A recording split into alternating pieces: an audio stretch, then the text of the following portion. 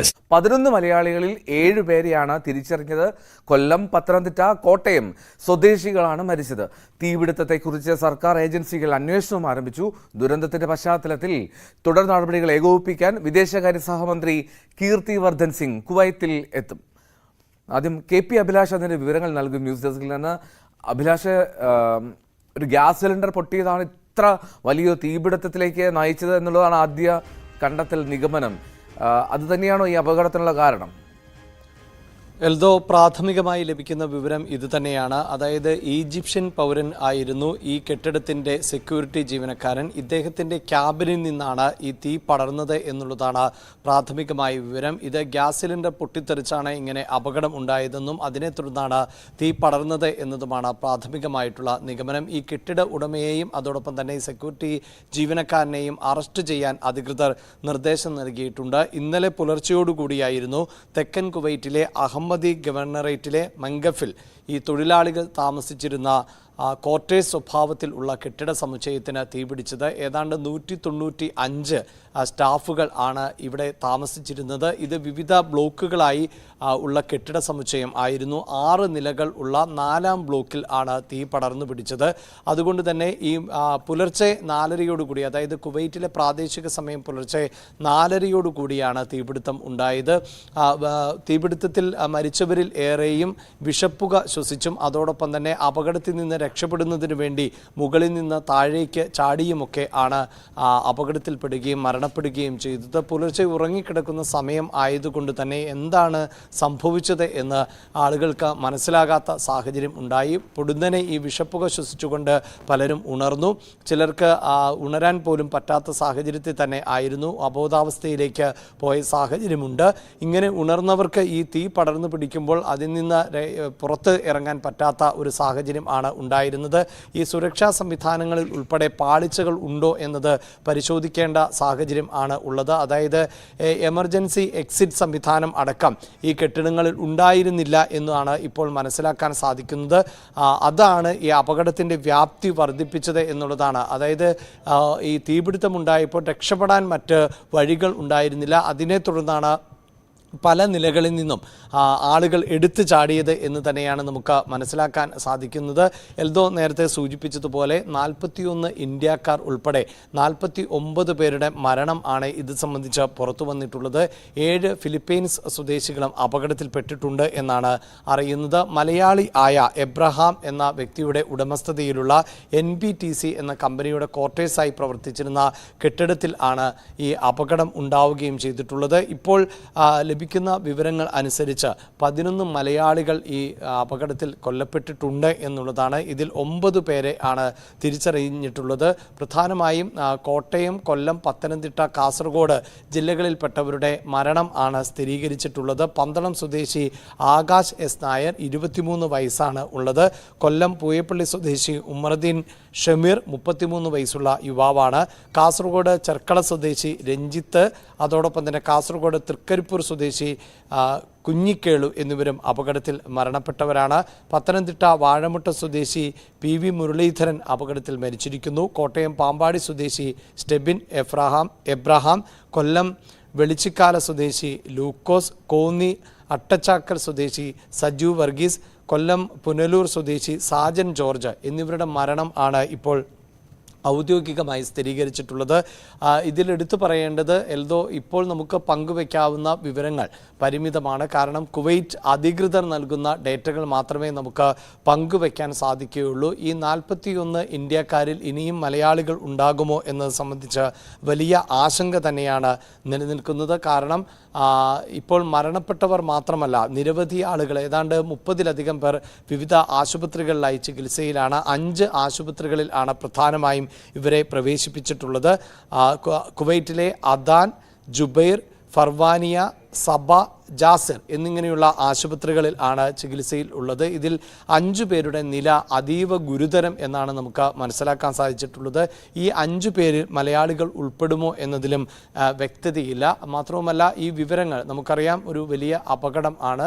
അതുകൊണ്ട് തന്നെ നമുക്ക് തെറ്റായ വിവരങ്ങൾ പങ്കുവയ്ക്കാൻ സാധിക്കില്ല. അതോടൊപ്പം പലരും ഇപ്പോൾ വലിയ ആശങ്കയിലാണ് ഉള്ളത്. കാരണം നിരവധി മലയാളിയുടെ ഉടമസ്ഥതയിൽ ഉള്ള സ്ഥാപനത്തിൽ പെട്ട ജീവനക്കാർ ആണ് മരണപ്പെട്ടത്. അതുകൊണ്ട് തന്നെ നിരവധി മലയാളികൾ ഇവിടെ ജോലി ചെയ്യുന്നുണ്ട്. ഇപ്പോൾ നോർക്കയുടെ ഹെൽപ്പ് ലൈൻ, അതോടൊപ്പം തന്നെ വിദേശകാര്യ മന്ത്രാലയത്തിൻ്റെ നേതൃത്വത്തിൽ എല്ലാം നടപടിക്രമങ്ങൾ ഊർജിതമായി കൊണ്ടിരിക്കുകയാണ്. ഇന്നലെ ഈ അപകടം ഉണ്ടായതിന് തൊട്ടു പിന്നാലെ പ്രധാനമന്ത്രി നരേന്ദ്രമോദിയുടെ അധ്യക്ഷതയിൽ തന്നെ ഉന്നതതല യോഗം ചേർന്നിരുന്നു.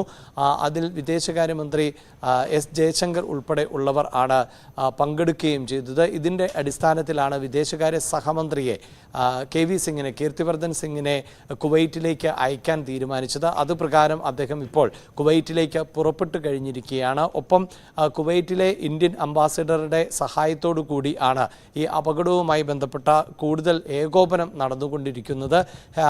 ഈ ബന്ധുക്കൾ വലിയ തോതിൽ ആശങ്കയിലാണ്. ഇത്തരത്തിൽ ബന്ധുക്കൾക്ക് ഉൾപ്പെടെ ഈ സ്ഥാപനത്തിൽ ജോലി ചെയ്തിരുന്നവരിൽ എത്ര പേർ സുരക്ഷിതരാണ് എന്നത് അടക്കമുള്ള കാര്യങ്ങൾ വ്യക്തമാകുന്നതിനും വേണ്ടിയൊക്കെയാണ് ഹെൽപ്പ് ലൈൻ സർവീസുകൾ ആരംഭിച്ചിട്ടുള്ളത്. എന്തായാലും കുവൈറ്റ് അധികൃതർ അതീവ ജാഗ്രതയോടുകൂടിയാണ് ഈ വിഷയത്തെ നോക്കിക്കാണുകയും ചെയ്യുന്നത്. എങ്ങനെയാണ് ഇത്രമേൽ വലിയ ഒരു അപകടം ഉണ്ടായത് എന്നത് തന്നെയാണ് പരിശോധിക്കുന്നത്. എന്തായാലും ആദ്യഘട്ടത്തിൽ എൽദോ ഈ രക്ഷാപ്രവർത്തനത്തിന് ആണ് അധികൃതർ കൂടുതൽ ഊന്നൽ നൽകിയത്. ഈ കെട്ടിടത്തിൻ്റെ ബഹുനില കെട്ടിടം ആയതുകൊണ്ട് തന്നെ പരിസര പ്രദേശങ്ങളിലേക്ക് അടക്കം തീ പടരുവാനുള്ള സാധ്യത കൂടുതൽ ആയിരുന്നു. അത് തടയുക എന്നതിനാണ് ഏറ്റവും ആദ്യം ഊന്നൽ നൽകിയത്. അതോടൊപ്പം നിരവധി ആളുകൾ ഈ കെട്ടിട സമുച്ചയത്തിൽ നിന്ന് രക്ഷപ്പെട്ട സാഹചര്യമുണ്ട്. അവർ സുരക്ഷിതമായ ഇടങ്ങളിലേക്ക് ഒതുങ്ങിയും മാറിയുമൊക്കെയാണ് നിന്നത്. അവരെ വളരെ പെട്ടെന്ന് താഴെ എത്തിക്കുന്നതിനുള്ള സംവിധാനം ആണ് പിന്നീട് ഒരുക്കുകയും ചെയ്തത്. ഇനിയിപ്പോൾ എൽദോ സൂചിപ്പിച്ചതുപോലെ ഈ തീപിടുത്തത്തിൻ്റെ യഥാർത്ഥ കാരണം എന്ത് എന്നതൊക്കെ വരും മണിക്കൂറുകളിൽ മാത്രമേ വ്യക്തമാവുകയുള്ളൂ. പക്ഷേ അഭിലാഷ്, ഇതിലൊരു സംശയം, അതായത് ഈ ഒരു താഴത്തെ നിലയിലുണ്ടായ ആ ഒരു തീപിടുത്തം അത് പടർന്ന് ഇത്രമാത്രം മുകളിലേക്ക് എത്തുന്നു. ഏതാണ്ട് 190ഓളം പേർ ആ കെട്ടിടത്തിൽ താമസിക്കുന്നുണ്ട് എന്നുള്ള ഔദ്യോഗിക കണക്ക്. എന്നാൽ 200ഓളം പേരുണ്ടായിരുന്നു എന്നും പറയുന്നു. അപ്പോൾ അവിടെ നിന്ന് ഉണ്ടായിരുന്ന ആളുകളെ രക്ഷാപ്രവർത്തനം നടത്താനുള്ളൊരു വൈകൽ, ഒരു താമസം ഉണ്ടായോ? കാരണം പുക വന്ന് ശ്വസിച്ചാണ് പലരും മരിക്കുന്നത്. അതോ തീപിടുത്തം അറിയാതെ ഉറങ്ങിപ്പോയവരാണോ പലരും?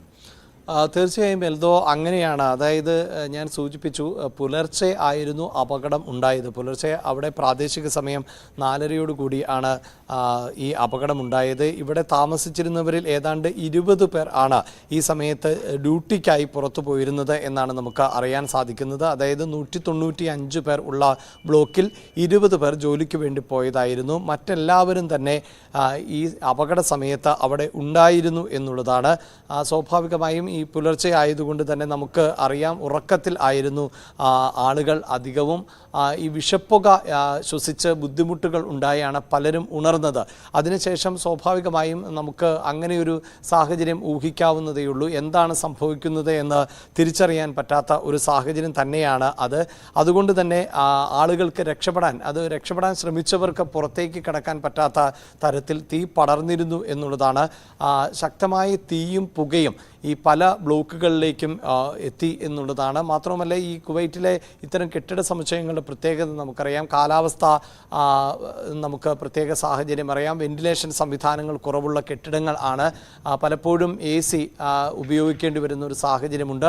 അതുകൊണ്ട് അത്തരത്തിലുള്ള നിർമ്മാണ പ്രവൃത്തികൾ തന്നെയാണ് ഈ കെട്ടിടത്തിൽ നടന്നിട്ടുള്ളത്. ഈ കെട്ടിട ഉടമസ്ഥരും അതോടൊപ്പം തന്നെ കമ്പനി ഉടമകളുമെല്ലാം പറയുന്നത് ചട്ടങ്ങൾ പാലിച്ചുകൊണ്ട് തന്നെയാണ് ഈ ക്യാമ്പ് ലേബർ ക്യാമ്പ് പ്രവർത്തിച്ചിരുന്നത് എന്നാണ്. ഏതെങ്കിലും തരത്തിലുള്ള നിയമവിരുദ്ധമായ തരത്തിൽ അല്ല അവിടെ പ്രവർത്തിച്ചിരുന്നത്. ഈ 195 പേർ അവിടെ താമസിച്ചിരുന്നു എന്ന് പറയുമ്പോൾ തന്നെ അത്രയും ആളുകളെ ഉൾക്കൊള്ളുന്നതിനുള്ള കപ്പാസിറ്റി ആ കെട്ടിടത്തിന് ഉണ്ട് എന്നാണ് അധികൃതർ പറയുന്നത്. അങ്ങനെ ഏതെങ്കിലും തരത്തിൽ അനധികൃതമായ രീതിയിലല്ല ഈ ജീവനക്കാരെ ഒന്നും തന്നെ പാർപ്പിച്ചിരുന്നത് എന്ന് ആണ് ഇപ്പോൾ കെട്ടിട അധികൃതരും അതോടൊപ്പം തന്നെ കമ്പനി അധികൃതരും പറയുന്നത്. ഏത് തരത്തിലുമുള്ള അന്വേഷണത്തെയും അവർ സ്വാഗതം ചെയ്യുന്നുണ്ട്. അപ്പോഴും നമുക്ക് എന്താണ് സംഭവിച്ചത് എന്നത് സംബന്ധിച്ച് വ്യക്തത കൈവരേണ്ടതുണ്ട്. ഞാൻ നേരത്തെ സൂചിപ്പിച്ചതുപോലെ കുവൈറ്റിലെ ഭരണ സംവിധാനങ്ങളും അവിടുത്തെ രീതിയും ഒക്കെ അനുസരിച്ച് ഈ കൂടുതൽ ആളുകൾക്ക്, അതായത് മലയാളികൾ ഉൾപ്പെടെ നിരവധി ആളുകളെ നമ്മൾ ബന്ധപ്പെടുമ്പോൾ പോലും അവർക്ക് കൃത്യമായ വിവരങ്ങൾ മാത്രമേ പങ്കുവയ്ക്കാൻ സാധിക്കുകയുള്ളൂ. അതുകൊണ്ട് എന്താണ് സംഭവിച്ചത് എന്നത് സംബന്ധിച്ച് അധികൃതരുടെ ഭാഗത്ത് നിന്ന് ഒരു വെളിപ്പെടുത്തൽ അല്ലെങ്കിൽ മറുപടി ഉണ്ടാകുന്നതുവരെ ഏതെങ്കിലും തരത്തിലുള്ള അഭ്യൂഹങ്ങൾ ഒന്നും തന്നെ പങ്കുവയ്ക്കാൻ അവിടെയുള്ളവർ തയ്യാറല്ല. അവിടുത്തെ സംവിധാനങ്ങൾ അനുസരിച്ച് അങ്ങനെ തെറ്റായ ഇൻഫർമേഷനുകൾ നൽകിയാൽ അത് പിന്നീട് നിയമ നടപടികളിലേക്കൊക്കെ പോകുന്ന സാഹചര്യം ഉണ്ടാകും. അതുകൊണ്ട് തന്നെയാണ് ഈ തീപിടുത്തമുണ്ടായി ഇത്രയധികം 6 നിലകൾ ഉള്ള ഒരു കെട്ടിടത്തിലേക്ക് എങ്ങനെയാണ് ഇത്ര വേഗം തീ പടർന്നത് എന്നതുൾപ്പെടെയുള്ള കാര്യങ്ങളിൽ വ്യക്തത കൈവരേണ്ടത്. എന്തായാലും 140ഓളം പേർ സുരക്ഷിതരാണ് എന്ന വിവരം അധികൃതർ പങ്കുവയ്ക്കുകയും ചെയ്തിട്ടുണ്ട്. മറ്റുള്ളവർ ആണ് ഈ അപകടത്തിൽ മരണപ്പെട്ടത്. ഇതിൽ തന്നെ ഈ ജീവനക്കാർക്ക് പുറമെ സുരക്ഷാ ഉദ്യോഗസ്ഥർ അടക്കമുള്ളവർ എത്ര എന്നത് സംബന്ധിച്ചും വ്യക്തത കൈവരേണ്ടതുണ്ട്. ഇപ്പോൾ നമുക്ക് പങ്കുവയ്ക്കാൻ പറ്റുന്ന വിവരങ്ങൾ അനുസരിച്ച് പ്രാഥമികമായി മനസ്സിലാക്കേണ്ടത് ഗ്യാസ് സിലിണ്ടർ പൊട്ടിത്തെറിച്ച് തന്നെയാണ് അപകടം എന്നുള്ളതാണ്.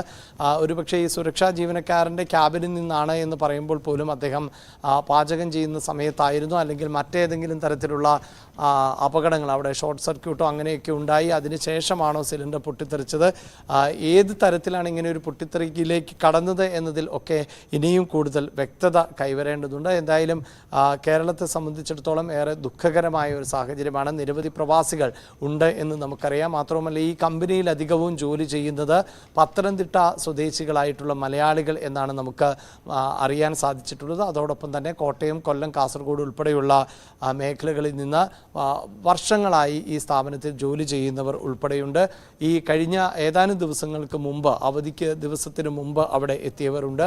അതോടൊപ്പം ഓണത്തിന് ഉൾപ്പെടെ തിരിച്ചു വരാൻ കാത്തിരുന്നവർ ഉണ്ട്. അങ്ങനെ കുടുംബവുമായി നിരന്തരം ബന്ധം പുലർത്തുന്ന, നമുക്കറിയാം വീഡിയോ കോൾ അടക്കം ഇപ്പോൾ പുറത്തു വരുന്ന വിവരങ്ങൾ, പല ബന്ധുക്കളും ഈ മരണപ്പെട്ടവരെ അടക്കം ഏതാനും മണിക്കൂറുകൾക്ക് മുമ്പ് പോലും, അതായത് അവർ ഉറങ്ങാൻ പോകുന്നതിന് മുമ്പ് പോലും കുടുംബവുമായി വീഡിയോ കോൾ ചെയ്യുകയും ബന്ധപ്പെടുകയും ഒക്കെ ചെയ്തിരുന്നവർ ആണ് എന്നുള്ളതാണ്. അങ്ങനെ എല്ലാവരും കുടുംബവുമായി കൃത്യമായി ബന്ധം പുലർത്തിയിരുന്നവർ തന്നെയാണ്.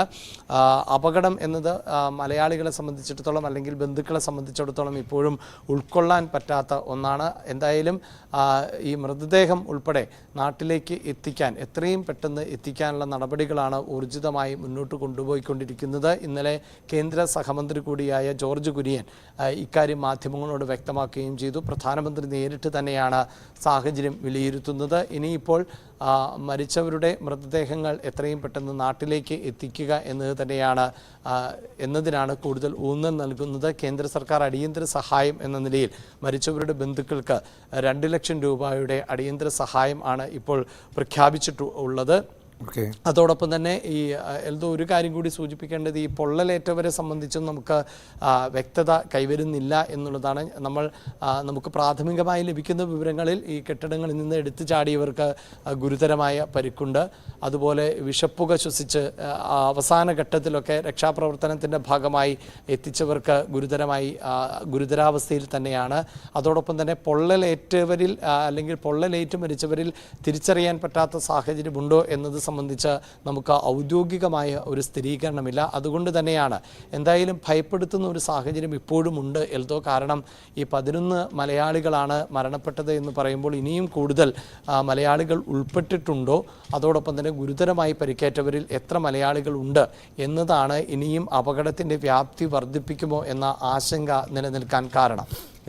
അതാണ് പ്രധാനപ്പെട്ട കാര്യം. നമ്മൾ ഇനിയും മരണത്തിൻ്റെ നിരക്ക് ഉയരുമോ എന്നുള്ളൊരു ആശങ്ക നിലനിൽക്കുന്നു. ഇതുവരെ 49 പേരുടെ മരണമാണ് കുവൈറ്റ് ഔദ്യോഗികമായി സ്ഥിരീകരിക്കുന്നത്. മലയാളികളുണ്ട്, കൂടുതലും അത് മലയാളി ആണ് ഇവർ ജോലി ചെയ്യുന്ന സ്ഥാപനത്തിന് ഉടമ. അത്തരത്തിൽ ഒരുപാട് ഇന്ത്യക്കാർ ആ സ്ഥാപനത്തിൽ ജോലി ചെയ്യുന്നു എന്നുള്ളതാണ്. ഏതാണ്ട് 200ഓളം പേർ ആ കെട്ടിടത്തിൽ താമസിച്ചിരുന്നു. ഞാൻ അഭിലാഷ് കെപിയിലേക്ക് മടങ്ങിയെത്താം. ഞാൻ ഒന്ന് കാസർഗോഡേക്ക് പോവുകയാണ്. കാസർഗോഡ് 2 പേരുടെ മരണം സ്ഥിരീകരിച്ചിട്ടുണ്ട് ഈ അപകടത്തിൽ. കാസർഗോഡ് ചെങ്കള കുണ്ടടുക്ക ഹൗസിൽ കെ രഞ്ജിത്ത്, ഒപ്പം പിലിക്കോട് എരവൽ സ്വദേശി കേളു ഈ രണ്ടുപേരുടെ മരണമാണ് അവിടെ നാട്ടിൽ വീട്ടിലേക്കൊക്കെ സന്ദേശമായി ലഭിച്ചത്. KB ബൈജു കാസർഗോഡ് ചേരുന്നുണ്ട്. ബൈജു, ഈ രണ്ട് ആളുകൾ, അവരുടെ ബന്ധുക്കളൊക്കെ എന്താണ് പറയുന്നത്? ഈ കെട്ടിടത്തിൽ പരിചയമുള്ള മറ്റാളുകളൊക്കെ ഉണ്ടോ? ഇവരൊക്കെ ആയിട്ട് ബന്ധപ്പെടാൻ സാധിക്കുന്നുണ്ടോ? അങ്ങനെ എന്തെങ്കിലും വിശദാംശങ്ങൾ